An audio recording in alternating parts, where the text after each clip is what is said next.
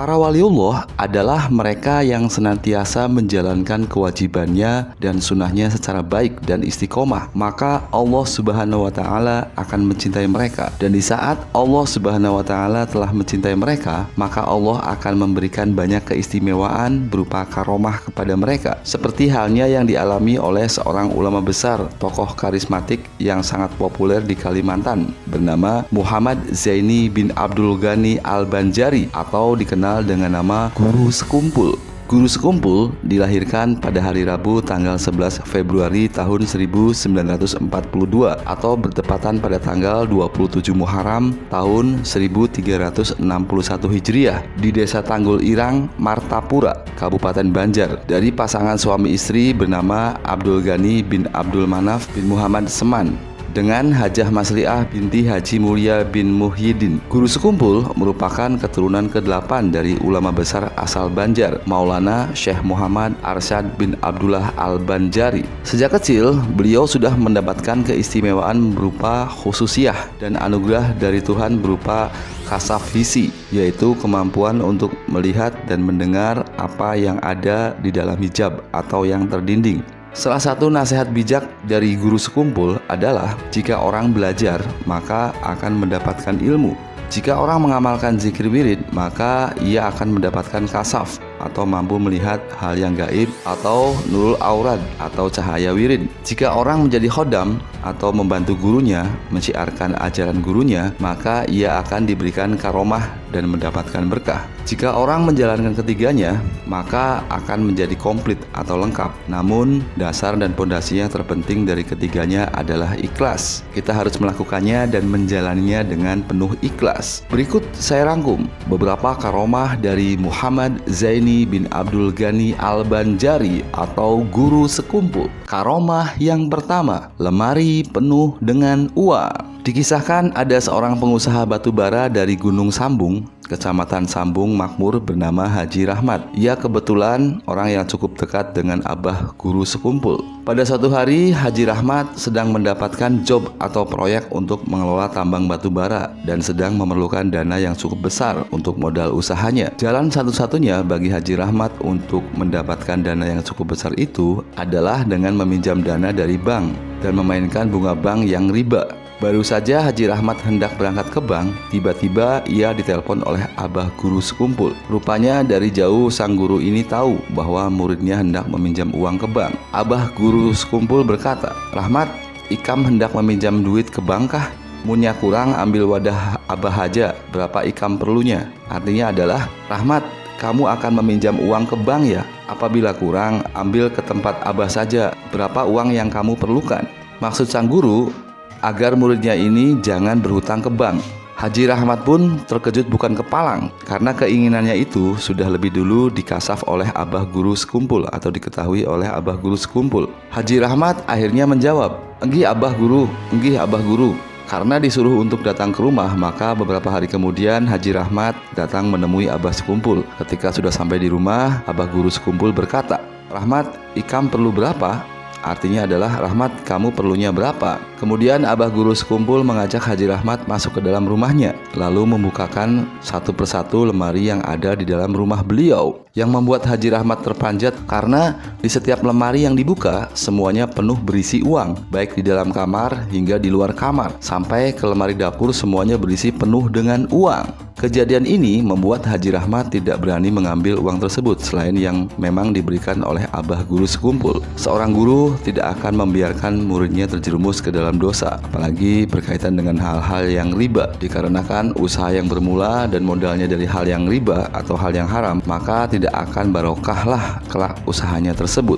Karomah yang kedua, air jadi bensin. Dikisahkan pada suatu hari ada rombongan malam-malam baru saja pulang dari Madurejo di salah satu kecamatan di Kabupaten Banjar. Pada tengah malam, sang supir mengendarai mobil membawa rombongan keluarga Guru Rosyad. Sementara Abah Guru Sekumpul dan rombongannya berada di mobil yang lain, yaitu di belakangnya. Mobil dikendarai melaju seperti biasa, tetapi saat tiba di kawasan sekitar Astambul, tiba-tiba salah satu mobil dari rombongan tersebut mogok. Sadarlah sang supir bahwa bahwa mobil itu sudah kehabisan bensin. Situasi saat itu sudah tengah malam dan jauh dari pom bensin, dan juga tidak ada lagi kios bensin eceran yang sedang buka pada malam itu. Tidak lama kemudian tibalah mobil dari belakang yang membawa Abah Guru Sekumpul. Kemudian mobil itu berhenti dan beliau keluar dari mobil dan bertanya, "Ada apa, Nak?" tanya beliau. "Kehabisan bensin, Mbah," ujar sang sopir. "Coba cari ember," perintah Abah Guru Sekumpul. Sang sopir mencoba mencari ember. Kebetulan di sisi jalan lain ada truk yang terparkir dan ada sopirnya. Sang sopir bertanya kepada sopir truk tersebut apakah punya ember, dan syukurlah si sopir truk ternyata punya ember. Akhirnya sang sopir meminjam ember tersebut dan membawanya ke hadapan Abah Guru Sekumpul. Kemudian Abah Guru Sekumpul berkata lagi, "Ambillah air ke sungai." Sang sopir pun turun ke sungai di bawah jembatan Astambul mengambil air dan dimasukkan ke dalam ember tersebut. Kemudian ia kembali mendatangi Abah Guru Sekumpul. "Masukkan air itu ke tangki bensin," perintah Abah Guru Sekumpul lagi. Sang sopir mulai kebingungan, namun meski agak bingung, ia tetap menuruti saja perintah beliau. Air sungai di dalam ember itu pun dimasukkan ke dalam tangki bensin. Kemudian Abah Guru Sekumpul bertanya lagi, "Apa masih kurang?" tanya beliau. Sang sopir cuma mengangguk. "Tambahi lagi 2 ember," kata Abah Guru Sekumpul. Setelah semua air dimasukkan ke dalam tangki bensin mobil tersebut, kemudian sang sopir disuruh untuk menstarter mobil itu. Dan keajaiban pun terjadi. Mobil itu tiba-tiba hidup dan petunjuk atau indikator bensin menunjukkan tanda full. Akhirnya rombongan pun melanjutkan perjalanannya. Sebelumnya, Abah Guru Sekumpul berpesan kepada sang sopir ini bahwa jika sudah sampai rumah, maka buanglah kembali air dari tangki bensin tersebut. Karomah yang ketiga, diantar oleh orang yang sudah wafat. Dikisahkan di tengah jalan ada seorang yang sedang kebingungan untuk mencari petunjuk jalan. Di tengah kebingungannya itu ada seorang laki-laki yang datang menyapanya. "Bapak mau kemana, Pak?"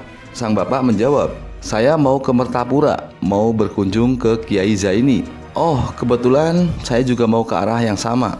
Jadi Bapak bisa ikut saya, silahkan Bapak naik ke mobil saya," kata orang ini sambil menunjuk mobil sedannya yang cukup mewah.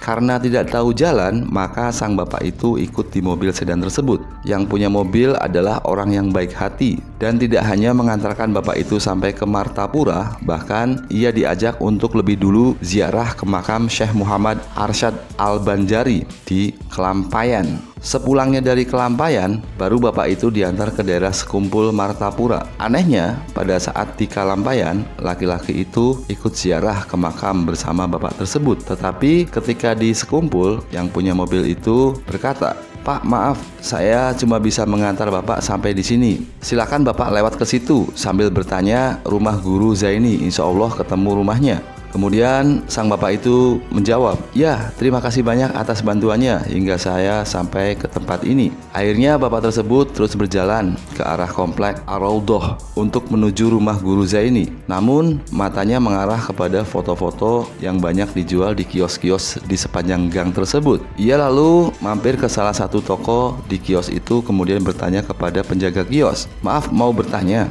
kalau ke rumah Kiai Zaini itu lewat arah kemana ya?" tanya bapak tersebut. Kemudian si pedagang itu menjawab bahwa rumah Kiai Zaini tidak jauh lagi dari tempat itu. Bapak itu lalu melihat foto yang ada di kaos yang sedang dijual di tempat tersebut. Kemudian ia bertanya, "Kalau ini foto siapa ya?" Pedagang itu menjawab, "Ini adalah foto Guru Zaini yang telah wafat beberapa tahun yang lalu." Bapak tersebut sangat kaget luar biasa. Dan ia berkata, "Ini adalah orang yang baru saja menyambut saya di Banjarmasin dan telah mengantarkan saya hingga ke sini. Ya, saya yakin saya tidak mungkin salah. Ini adalah orangnya." Ternyata ia adalah Kiai Zaini atau Abah Guru Sekumpul. Karena kagetnya hingga bapak itu pingsan dan tak sadarkan diri. Karomah keempat, melintasi ruang dan waktu. Kisah nyata ini diceritakan oleh salah seorang murid dari Tuan Guru Haji Ahmad Bakeri di Gambut. Pada suatu hari di saat pengajian Guru Bakeri tengah kusuk menyampaikan tausiah yang diikuti oleh santriwati dan ibu-ibu yang pada saat itu berlangsung di Pondok Pesantren Al-Mursyidul Amin Gambut. Pengajian berjalan seperti biasanya, namun tiba-tiba pengajian itu mendadak dihentikan oleh Guru Bakeri, dan sesaat kemudian Guru Bakeri langsung naik mobil pribadinya menuju ke Martapura. Semua jamaah pun bertanya-tanya apakah gerangan yang terjadi. Setelah beberapa waktu kemudian, salah seorang murid murid menanyakan tentang perihal kejadian itu. Kenapa pengajian dihentikan dan beliau langsung pergi. Kemudian Guru Bakeri pun menjelaskan bahwa pada saat pengajian itu ia melihat dengan jelas kedatangan abah guru sekumpul berada di muka pengajian sedang ikut melihat pengajian itu. Maka mau tidak mau ia harus menghentikan pengajian itu. Namun tidak lama kemudian sosok abah guru sekumpul yang tadi muncul itu hilang dari pandangan mata. Kemudian Guru Bakeri dengan segera menyempatkan diri untuk menuju ke sekumpul untuk bertemu dengan abah guru sekumpul. Dan Guru Bakeri bertanya, "Pian tadi ada ke Gambut kah, Bah?" Artinya adalah, apakah abah tadi pergi ke Gambut? Abah guru menjawab dengan tersenyum, "Ada, aku mau menjenguk dan melihat kamu saja." Hal ini menunjukkan bahwa karomah abah guru sekumpul bisa mendatangi atau bisa menengok murid-muridnya yang di alam berbeda, atau bisa melintasi dimensi jarak dan waktu untuk melihat dan menengok murid-muridnya dengan telepati jarak jauh dalam sekejap meski beliau berada di tempat yang lain. Wallahu a'lam bishawab. Karomah yang kelima, buah rambutan yang muncul seketika. Dikisahkan pada suatu malam setelah usai pengajian, yang pada saat itu masih di kampung keraton. Seperti biasa, abah guru sekumpul seringkali masih duduk di ruang tamu untuk melayani beberapa murid yang ingin bertanya ulang perihal kajian yang telah ia sampaikan. Ketika itu, guru sekumpul bercerita tentang buah rambutan yang pada saat itu belum musimnya. Tiba-tiba, guru sekumpul meletakkan tangannya ke belakang. Dan sesaat kemudian di tangan beliau telah ada buah rambutan yang masak.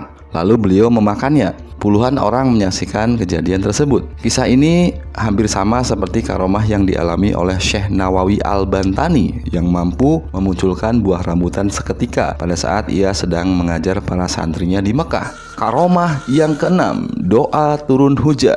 Dikisahkan pada tahun 1982 terjadi kemarau yang cukup panjang di wilayah Martapura dan sekitarnya yang menyebabkan tanah tandus dan sumur-sumur serta sumber air bersih kian mengering. Hal ini membuat sebagian masyarakat merasa cemas dan khawatir. Melihat kondisi alam yang kurang bersahabat ini, maka banyak orang yang datang dan meminta doa kepada Guru Zaini, minta didoakan agar hujan segera turun. Ketika itu, tiba-tiba beliau langsung berjalan turun dari rumahnya dan menuju ke sebatang pohon pisang yang masih kecil. Lalu setelah mengucapkan doa, ia kemudian menggoyang-goyangkan pohon pisang tersebut. Orang yang hadir pada saat itu bingung dengan apa yang dilakukan oleh Guru Zaini, karena biasanya menurut ajaran agama Islam, jika terjadi kemarau panjang dan kita ingin meminta hujan turun dari langit, biasanya diadakan sholat istisqa yang diadakan di lapangan secara berjamaah untuk meminta diturunkan hujan. Namun pada saat itu yang dilakukan oleh Abah Guru Zaini adalah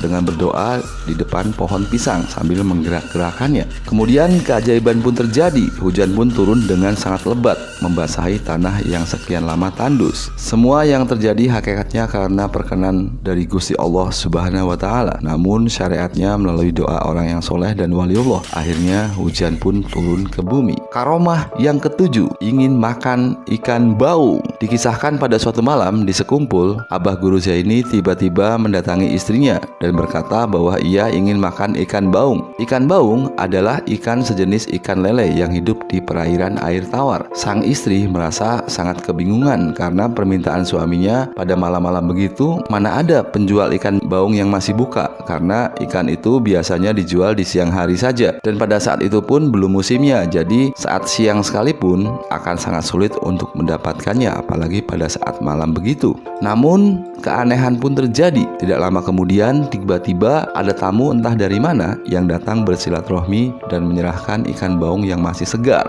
Apakah ini memang hal yang kebetulan atau sang Guru Zaini sudah tahu bahwa malam itu akan ada tamu yang berkunjung ke rumahnya dan memberikan ikan baung? Wallahu a'lam bishawab. Karomah yang ke-8, jual ayam untuk ongkos pengajian. Dikisahkan ada seorang jamaah pengajian yang biasa rutin datang ke majelis Guru Zaini di keraton. Pada hari itu ketika ingin berangkat, namun ia tidak punya uang untuk ongkos perjalanan ke Martapura. Sang jamaah akhirnya berpikir sejenak bagaimana caranya agar ia bisa mendapatkan uang untuk ongkos perjalanan ke pengajian gurunya. Karena masih punya ayam yang meski itu adalah ayam satu-satunya, maka dijualah ayam itu dan uangnya digunakan untuk ongkos perjalanan ke pengajian. Akhirnya sampailah sang jamaah itu di Martapura untuk sowan dengan guru sekumpul. Kebetulan pada saat itu guru sekumpul sedang ada tamu. Seolah-olah sudah tahu semuanya, lalu guru sekumpul ini menyerahkan sejumlah uang kepada jamaahnya tersebut sambil berkata, "Ini saya ganti ayam kamu dan uang untuk ongkos perjalanan kamu." Sang jamaah merasa sangat takjub dan merasa bingung dari mana guru sekumpul tahu kalau ia telah menjual ayam untuk ongkos perjalanan, lalu segera mengucapkan terima kasih.